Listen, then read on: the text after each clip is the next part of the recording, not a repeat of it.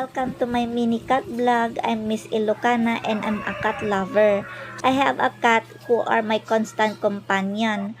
Koi Koi Cat is a mischievous and loves attention, and I decided to create this mini vlog to share their stories and funny moments with other cat lovers out there.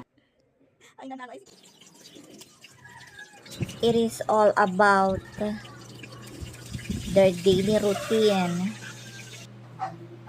habits and adventures, from nap time, playing time, and meal time.